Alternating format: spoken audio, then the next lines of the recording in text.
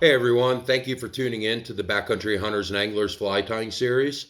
I'm Rob Parkins, Public Water Access Coordinator for BHA, and it's April 13th, 2020, and we're stuck inside because of the pandemic and the shutdown. I have a winter storm warning in effect here. We're getting some snow as we speak, and it just got me dreaming about doing some summer fishing and taking my dogs out and wet wading up a backcountry stream and finding some wild and native fish. And this is one of my favorite patterns I like to fish. It's a good floating pattern. It's somewhat realistic, and it's easy to tie. But I'll just walk up a stream.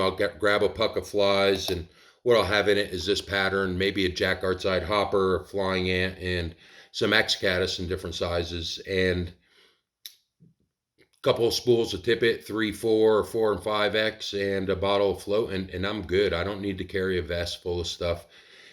Don't need to throw on the waders. Just walk up through the cold water and have a blast. You don't have to worry about shuttles or anything when you're doing that. And this is one of my personal favorite flies. It's not much different than a parachute Adams or any other attractor pattern for that matter. It's pretty simple. It only uses 4 materials. Didn't try to get super innovative with it. Most tires nowadays, there's not much out there that hasn't been done. So when you're tying a fly, you add your own personal stamp to it, and just things, attributes that you like that make a fly more comfortable for you, and something that you're going to have confidence in. And this is one of them. For the tail, I use some moose body hair, and it's something that I think gives the fly a good looking profile, but it also floats a lot better in uh, faster water. Something that a normal tail or not as much flotation is going to allow the fly to sink. This one does all right. It does have a special dubbing here. It's out of my secret stash that was made by Captain Moes, a friend of mine that I used to guide with on the Delaware River back in New York. Mo was a commercial tire, and he tied all his flies with this dubbing. It didn't matter if it was Hendrickson or Sulfurs or March Browns, and all he did with it is he changed the thread color. He had he made this dubbing where it's a combination of rabbit, squirrel fur, and then translucent synthetic material with a little sparkle in it. And what it does is it allows the color of the thread to bleed through. So when he was tying his flies, all he had to do is change the color and the size of the fly to, or size of the hook to make it the same, or to make it a different pattern. And it's kind of a cool dubbing. I really like it. It's not anything that I think is going to make a huge difference on the fly. It's just something that I choose to use. Since you can't find this, any kind of synthetic Hares Ear blend would work great, or a dry fly in parachute Adams color, or shouldn't say parachute Adams, an Adams color, or any kind of tan March Brown would work really well. And then also I use just a done saddle hackle, and I pull it off, and some EP fibers that I use for the parachute post. And in this one, I do use orange thread, so when it does bleed through, it has kind of it just kind of has an insect body all around. So I'm going to get started. I'm going to use a Tiemco 100 SPBL. I like barbless hooks, so then you don't have to push the barb down afterwards and worrying about breaking the hook and having it useless. And this goes back to the history of this fly. I used to tie it for competitors in the Jackson Hole 1 fly, and several years ago it did win. It was the top producing fly with guide John Gindel, and so we have to use barbless hooks in that competition. So I've just continued to use those hooks. Also, part of the history is a couple years ago, a friend and I decided to do the Wyoming cut slam, which is the 4 species of native fish that live in the state, and that's the Yellowstone cutthroat, the fine spotted Snake River cutthroat, the Bonneville cutthroat, and the Colorado cutthroat. And when we did it, we decided to do it all in one day, starting in southwestern Wyoming and finishing up in Yellowstone Park. So it was a long day, and I was able to accomplish that goal using one fly the whole time. The first fish took several hours to get, but after that they came pretty quick until we got up to Yellowstone. And the last one also worked a little bit, even though there were a bunch of rising fish. So let's get started with the fly.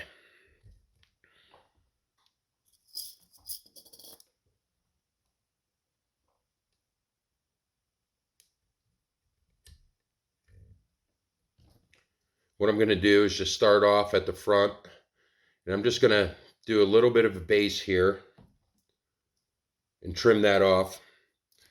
And then I'm going to first put on my post, and I'm just going to take a piece of EP fiber about that thick, about half of a pencil, cut a piece off. And then I'm just going to tie it first just right over the top of the hook with 2 or 3 turns. And then I'm going to pull both ends up, and I'm going to go around the base. And what I'm going to do is just wrap up the base of that post a little bit, and that's going to be the base for the hackle, parachute hackle, when we go. And then once I come back down, I'm going to make a couple figure 8s, go around it a couple more times, and then finish with the thread in front of the post. And I'm not worried about all the stragglies yet, because that'll be trimmed. Then I'm going to pull the piece of hackle. Some people measure their hackle to the hook. I eye it. I don't think it makes a huge difference as far as the size of the hackle. I don't think it needs to be accurate, but I'll just find something that looks good, pull it off. And to prepare the feathers, what I'm going to do is just pull that fluff off the bottom and give myself a little bit of a stem. And that's going to be to tie onto. Now, if you watch fly tying videos on YouTube, you're going to see for 100 parachute flies, you're going to see 100 different ways to tie this in. This is my own personal preference. It's easy, it's durable. I haven't had, as long as I've tied it right, I haven't had a hackle pull out or break. So what I do is I start on the hook shank in front of the post, and I will tie the stem in, and then I come and lift the hackle up, and I go around the post, and that's where I am going to attach and finish off that hackle. So it's now tied vertically onto there, and then when I start to spin it, it'll also lay the right way. And I'm going to move my thread back. Let me just trim some of this hackle here. I'm going to move my thread back, and it's important when you're tying with moose that you don't want to tie to a bare shank. It's going to spin, it's going to slip. So I will go back to about where the barb would be with a thread base, and then I'm going to pull, I don't know, about a dozen fibers or so of some moose hair. I'm going to get all the under fur out of it. I'm going to take my stacker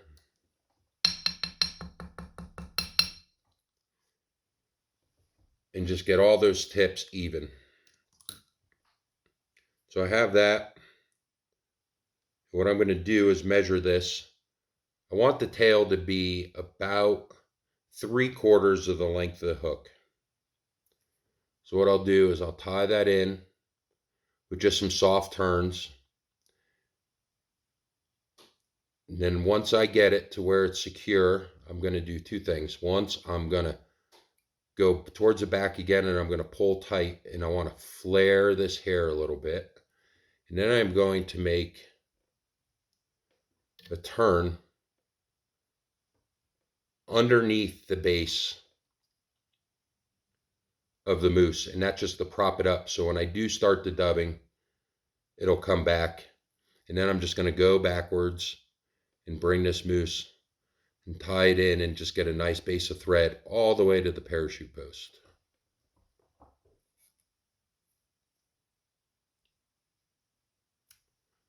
Trim it off right at the post. That's going to give it a nice tapered body. Advance the thread back. And I'm just going to wax the thread. grab the dubbing, and I like to, when you're using Hares Ear dubbing, it does start to clump up when it's packaged, so I pull it apart a little bit, and then I'll just touch it to the thread, and the wax thread will hold it, twist it.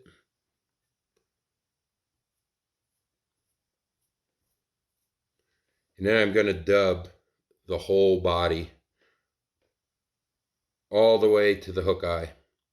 So I'll get that and just make a nice tapered body, advance it forward. When I get to the post, I will come around it, then back and forth, and just going to build up a little bit of a thorax there. And then I'll go forward. And when that's done, I'm going to take the parachute. And I do it pretty simple. I go up that base we made about 3 times, and then I start making my way down and wrapping it through the other hackle that I just did, and finishing with a couple turns all the way down so it's right at the base.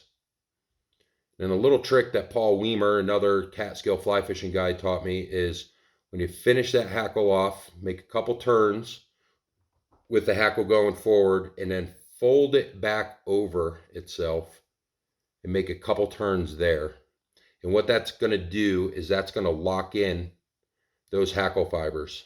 So when you pull it off, no matter what you do with that hackle, you can pull it all you want. It's not going to come out. It's locked in. So I'm going to whip finish this. I'm not worried about those stray fibers just yet. I just do a 4 or 5 turn whip finish. Trim it off. And then I'm going to cut those stray fibers that are over the hook eye. Pull that parachute up. Make sure the hackle's laying right. And then just gauge that wing, that parachute, and trim it. And that's your fly. Then you're ready to go. You could tie up a bunch of these, a dozen of them in size 10 through 16, and it's really the only fly you need to be able to get fish in these smaller streams. And don't overlook them for drakes on bigger rivers. It works everywhere. Thanks for tuning in. We are going to do this every Friday night for the foreseeable future with a bunch of guest hires, including our own editor of the Backcountry Journal, Zach Williams, and a bunch of other surprise guests. So stay tuned, subscribe to the channel, and looking forward to seeing you next time. Hope you enjoyed it. Thank you.